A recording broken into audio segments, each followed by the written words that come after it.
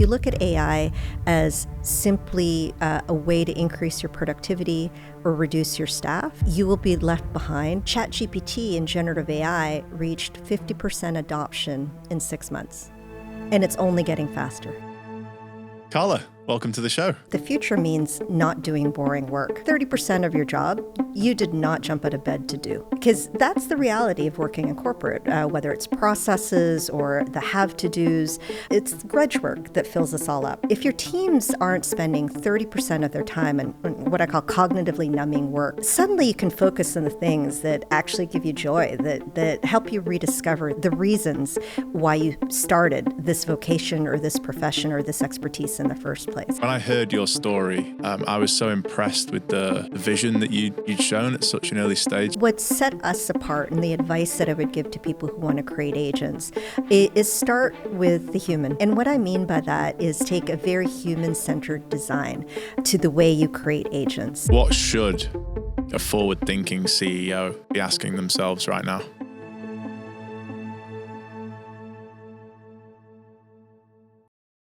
Carla, welcome to the show. Thanks. Great to be here. We spoke a few weeks ago. You said something to me that I wrote down, I underscored it, I drew a circle around it. You said something along the lines of AI can bring joy back to work. Can you just sort of reflect on that and talk a bit more to what you mean when you say that? So when we talk about AI, it's fraught with a lot of associations, right?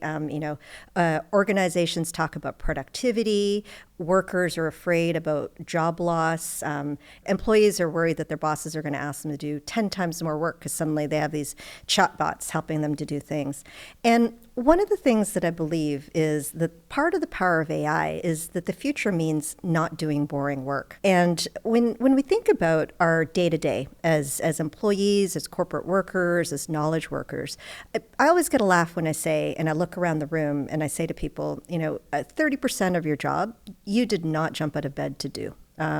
Because that's the reality of working in corporate, whether it's processes or the have-to-dos, it's grudge work that fills us all up, right? And so when we think about AI and what it can do, taking away some of that grudge work, and if your teams aren't spending 30% of their time on what I call cognitively numbing work or grudge work, suddenly you can focus on the things that actually give you joy, that help you rediscover the things, the reasons why you started this vocation or this profession or this expertise in the first place. And so when people are finding a little bit more of that joy in 90% of what they do, you're getting so much more impact from your employees. And in the future, that's not going to be a nice to have. That's actually going to be a competitive advantage. So imagine if 100% of your people enjoyed 99% of what they do because we're able to focus on the things that create value, that create impact, that really leverage their special talent or expertise. Imagine what your company would be capable of. Can you give us some specific examples that you've seen, perhaps within your own companies, of this? No, absolutely. So we actually use agents. I run a company with 200 freelancers. We're a small business, but we keep about 30 people busy at any one point. And in any given year, we do upwards of 500 projects for large companies. And, the reality of that is there's a lot of meeting notes and work back schedules and things that are, objectively boring, but necessary in order to keep a project going at full rails. And so in 2023, I actually worked with our top 25 people, the experts, the creative directors, the HR leaders, the project managers, the strategists, and then I helped create digital twins of them. We worked out what their workflow was, what were the frameworks that they used that really were fundamental to delivering their expertise, and we created digital twins. So suddenly we had 100 digital twins, AI agents, if you would, that people could call on to help them do their jobs. So the project managers suddenly had assistants that could create meeting notes within 5 minutes instead of having to look at your notes, read your notes, synthesize your notes, figure out what was important, and suddenly you've lost 45 minutes just to create the to-do list, right? And so across 100% of our people, they are all using these AI agents to take the things that they don't love doing but are important to do that work for them. And then more importantly, they also use the agents to help them do their most important and most valuable work. Did you encounter any resistance when you were sort of introducing these people to building their digital twins? Building the digital twins, no. But there was a little bit of fear, right? Like, is it too complicated? AI is kind of scary. Do I need to learn a whole new skill set? Do I need to learn how to prompt? But truth be told, when I started to talk to people and I went up to them, and these are people that we had known for years. We'd worked with them. We had executed, probably dozens of projects with each person individually, and they had made hundreds of thousands of dollars with our business. And I went to our experts and said, can I make you a digital twin? Can I make an expert that acts and talks like you? And by the way, in addition to having access to your digital twin, you'll have access to 50 other people who have gone on this journey. And I would say the overall reaction was excitement, because everybody was aware ChatGPT was having, but it was complicated. You need to learn how to prompt. Sometimes it would hallucinate. So the aspect of having 100 helpers in your pocket was actually quite exciting for people. When did you go through this process, creating the digital twins? It was a while ago, wasn't it? Yeah, so we started in 2023. So if you'd recall, AI came into the public domain in early 23. So when ChatGPT became a thing, I'm a non-technical founder, so I don't code. I am a corporate executive marketer.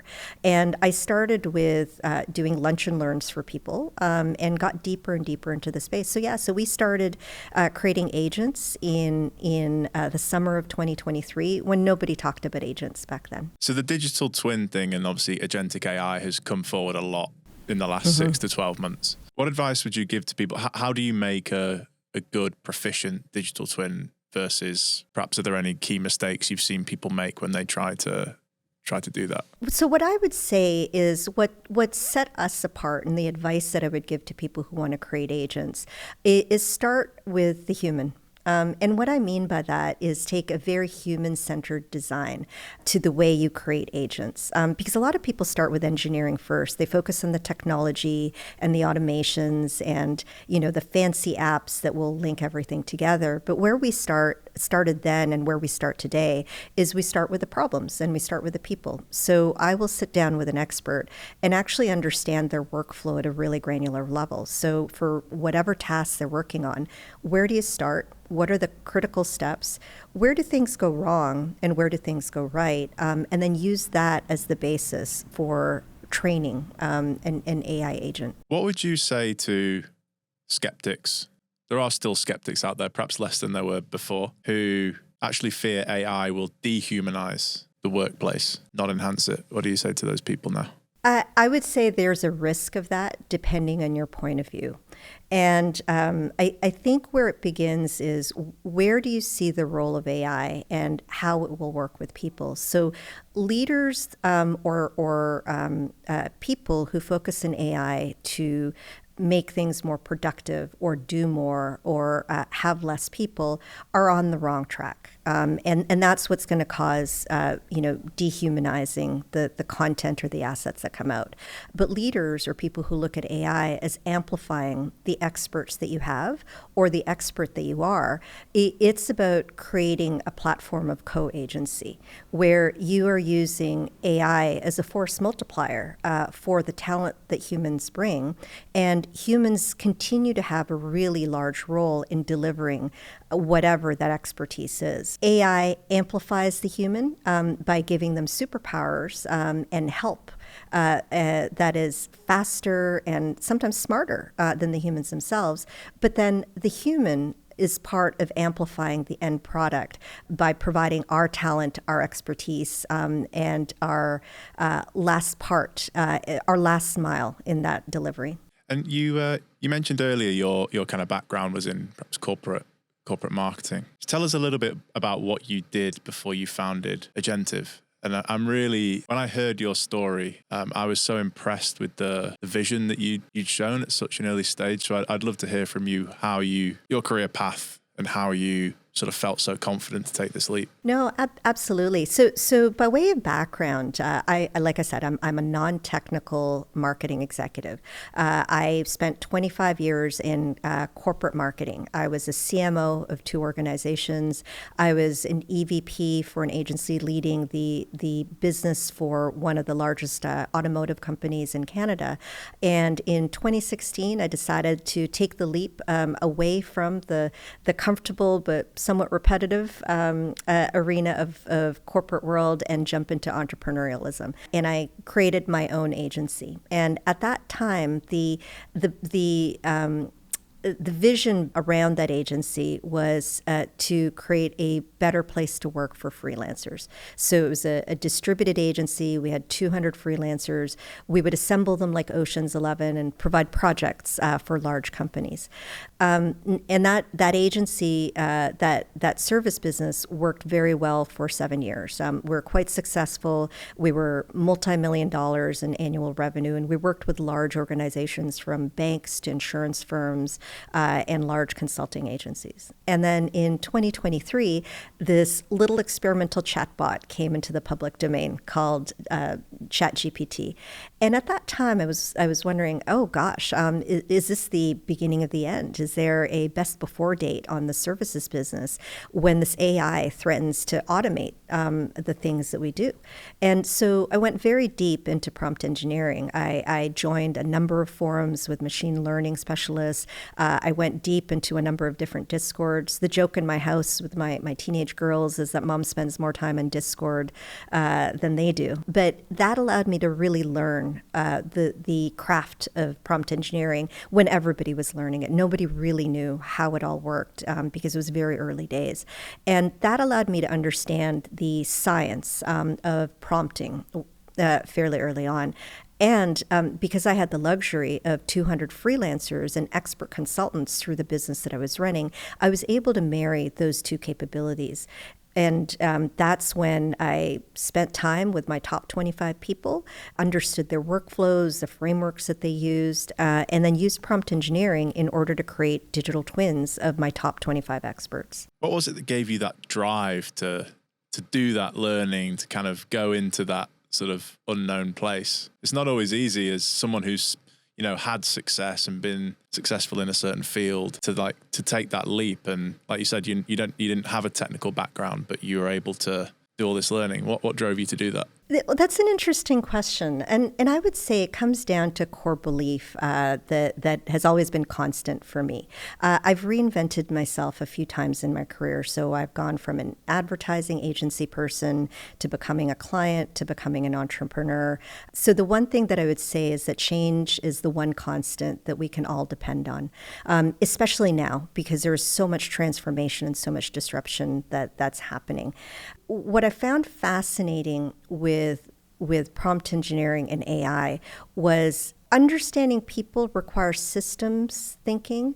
Understanding technology and AI also understands systems thinking. So it's really marrying an understanding of how workflows work, how people do things with a technology that can enable it. So when you mentioned ChatGPT came onto the market, it was a sort of a chatbot at the time. Was there something specific it did or sort of said to you that made you think, wow, I really need to build something around this? What really stood out for me with ChatGPT was its ability to intake incredible amounts of information, synthesize patterns, and then be able to come up with a great report and a great synthesis of the patterns in that data, as good as any of our human leaders. And so if you could put that in a bottle across a variety of different domains, so whether that's marketing strategy or copywriting or creative, and help people with that superpower, taking in huge amounts of information, understanding it quickly, finding the patterns, and then synthesizing the answer, that's a superpower for any human who could apply that to their particular domain. As agentic AI has, I guess, evolved, become more popular, more people are using it, what role do you hope to play in the development of the the technology? I hope to be an elevator of people and mid-market organizations. And we've been really lucky in creating this platform. So not only has it helped our particular agency punch above its weight, because like I said, every one of our team members is AI infused and AI enabled. So they're better, faster, smarter. And they do the work that they love, so they're that much more engaged. But we also offer this platform to our clients and other clients who come on board, and we're able to provide that same level of enhancement to their teams. And this has been really meaningful to mid-market organizations, because often with mid-market organizations, they are big enough that they need to manage a lot of people, but they don't necessarily have the capacity to do everything that they want to do, and maybe not the budget. So suddenly, marketing teams, HR teams, IT teams who have access to that technology are able to punch well above their weight and take advantage of the opportunities in front of them. Can you think of a particular sort of success story where someone's really punched above their weight based on the use of these agents or technology that you can share with us? No, absolutely. So we work with one incubator. They're a fairly large AI incubator in Canada, but they're a not-for-profit, so their teams are fairly small.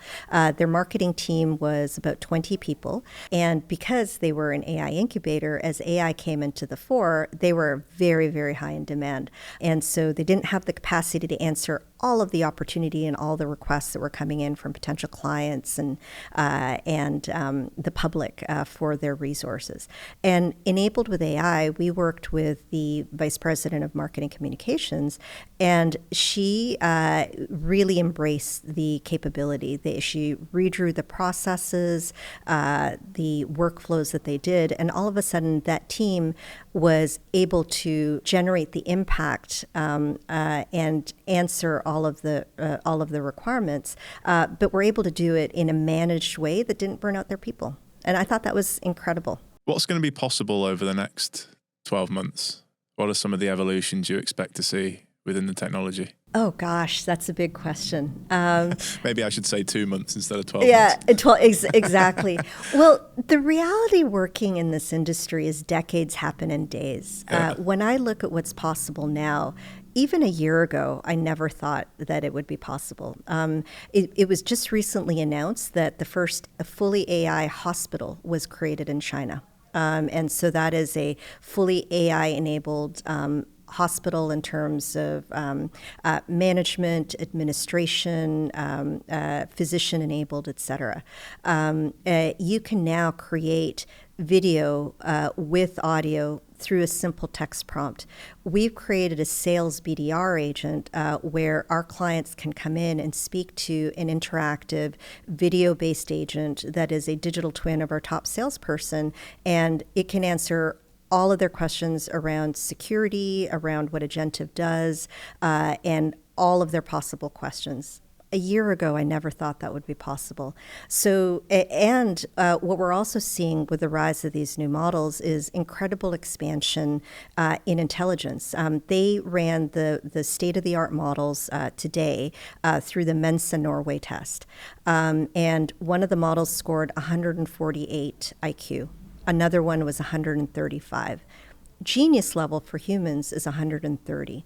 And that's not where they're stopping. This is the worst that AI will be ever.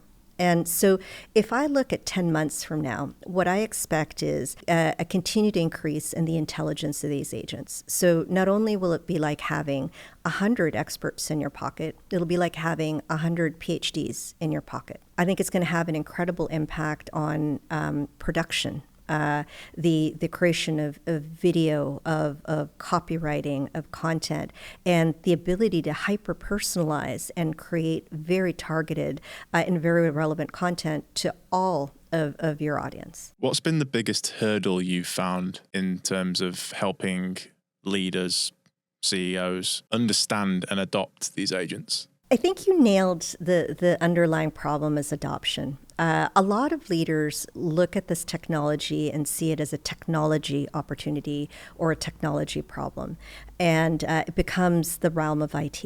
And they might spend $1 million creating a custom chatbot, but then they're disappointed that less than 15% of people adopt the AI.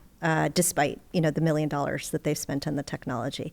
And the reality is this is as much a talent opportunity and a talent challenge as it is a technology challenge. It is only as good as the experts in your organization adopting it and using it effectively.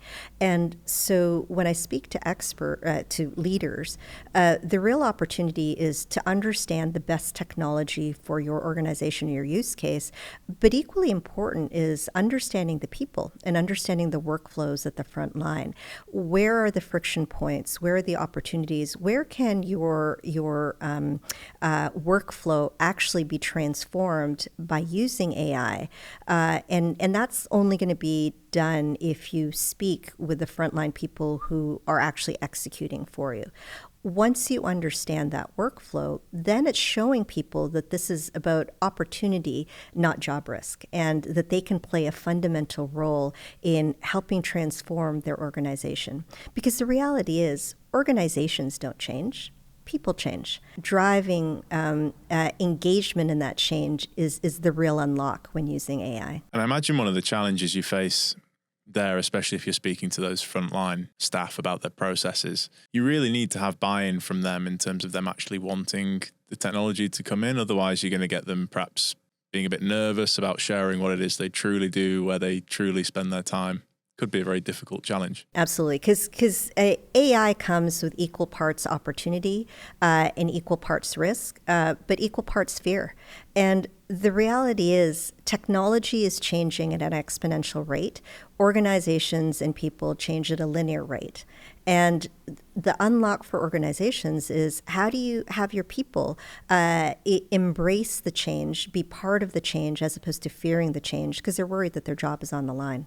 When I hear your story, I kind of consider you sort of an early mover in the space in terms of understanding agentic AI, efficient at building it, presenting it. How do you see yourself kind of being able to maintain that sort of early mover advantage you perhaps had as we go forward into the future? So part of that is playing in two worlds.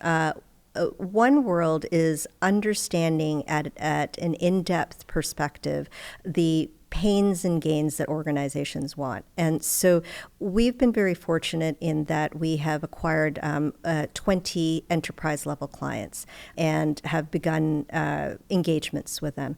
And so that gets us in the organization, and it gives us a front row seat on the workflows that they're using AI for and the opportunities to transform those workflows with AI. And so we stay close to our clients to provide value and understand at a granular level where AI can help even more, whether it's within that department, other departments, interdependent changes, and what requires transformation versus adaptation. So understanding the human factors that go into running a department and the workflows. Marry that with staying on top of the technology. So we're actually partnered with the Vector Institute. We are working with them to develop the next generation of agentic workflows.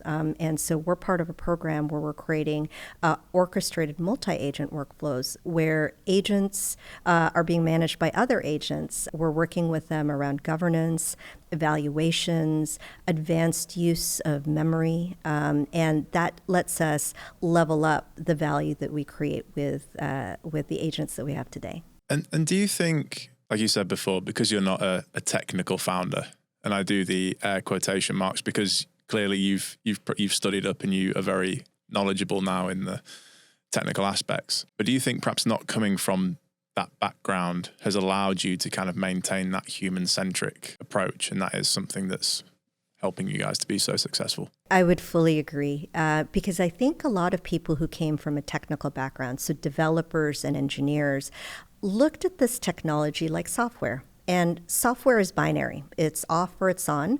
There are very clear rules, because if you opened Excel and it made the formula slightly different day to day, that's not really great if you're a finance person or if you're a data analyst, if my answer is sort of the same.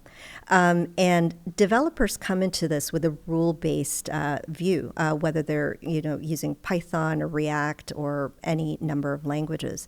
What I've seen is technical people who write with AI look at it with an engineering mindset. people like me who came from non-technical or creative or human factors point of view actually began to talk to the AI. And we applied the systems thinking of how people react to instructions, to tasks, to goals, and married that with a different way of utilizing the tool. And so it forced us to look at the human factors as well as the way the AI worked, which is non-deterministic. And so really it was a blend of technical systems understanding versus development and creative problem solving, which is the human side of things. And I think yours is, again, your story is particularly inspiring because I think there's a lot of perhaps would-be entrepreneurs out there following the AI trends, are excited by its capabilities, but are perhaps holding back from kind of really launching into starting a company because maybe they don't have that kind of technical expertise. So I think it's great to see that it's very much possible. And not only is it possible, it may just be a competitive advantage. I agree. But what I would say, though, is that's the entry. That's what created our early IP was when people began to work with our platform, it felt like it was talking to humans. So not to anthropomorphize the agents themselves, they are algorithms. They are machines. They don't have feelings and they're not conscious. But for the user, it felt as familiar and as easy as talking to a colleague on Teams or WhatsApp. However, if you want to scale at enterprise level, the engineering does become important. And when I talk about agents, particularly with enterprise, they're 25% prompting and AI and agents, but the 75%, which is hidden to the user, is actually security, governance, evaluations, observability.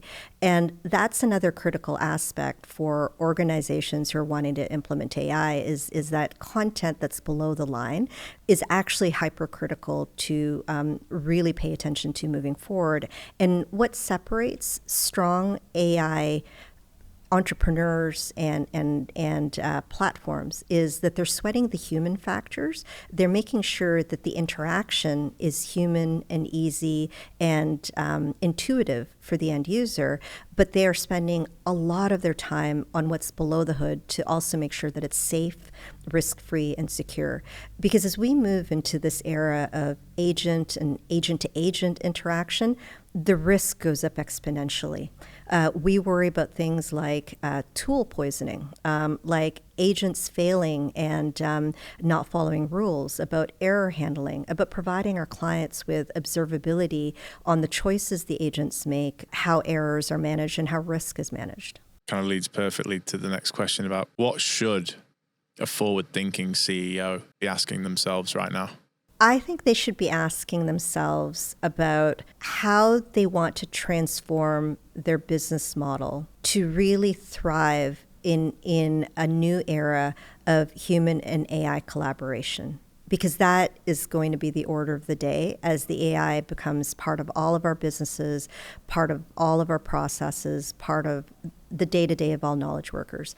If you use a computer, AI will become a fundamental part of your life. The Pandora's box is open, and that is going to be the reality more and more every day as this technology becomes smarter and more embedded in virtually every program that we use. And so a forward-looking CEO needs to look at a number of different elements. First and foremost, talent. How will they make their talent feel like they're part of the journey? How will they take away the fear? How will they manage change management? How will they understand the friction points that talent feels and take that away with AI so that talent embraces it? They also need to very significantly look at risk management. What are the risks that AI can embed into their business, whether that is observability, whether that is deepfakes, cybersecurity? There's a whole host of different risks that an agentic future holds for every organization. So having the governance protocols and the experts that can help you manage that risk is hypercritical. Like I said, the third part is having a transformative vision. AI, if you look at AI as simply a way to increase your productivity or reduce your staff, you will be left behind by the disruptors that are actually fundamentally changing business models and ways of doing work differently in your category. Take this for an example, right? So if we take a look at various technology revolutions, adoption of electricity took close to 100 years. Adoption of the internet, the computer, the mobile phone ranged from 2 decades to 5 decades. ChatGPT and generative AI reached 50% adoption in 6 months, and it's only getting faster. So we have a tradition on the podcast here as we get towards the end. There's 2 questions we like to ask. First one is, what's one thing you've changed your mind about recently? So I used to believe that the larger the organization or the more senior the person, the lower the capacity for change. Large organizations are built on processes. And the more senior, the more expert you have, the more that you should have all the answers. So you're not going to take risks to change. And you know what? Change is hard. Change means you're going to fail, that there's a higher risk of not knowing the right answer.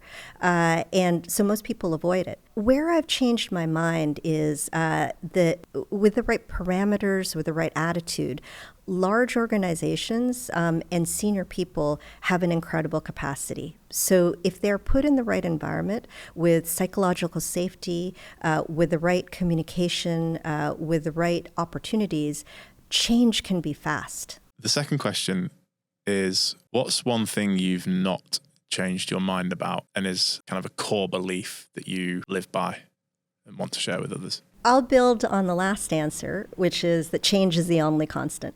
And that especially in this day and age where transformation happens daily, change is never going to slow down, and it's only going to get faster. So your ability to learn continuously is actually more important than what you know today.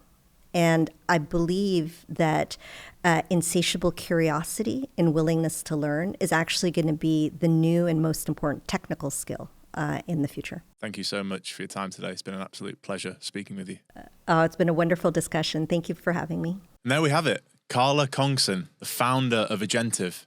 If you enjoyed today's episode, please like, subscribe, or leave a comment. Even more importantly, if you know someone who could benefit from the wisdom that Karla shared with us today, please go ahead and share the episode. I'm David Jepson. See you again next time for CEO Behind the Scenes.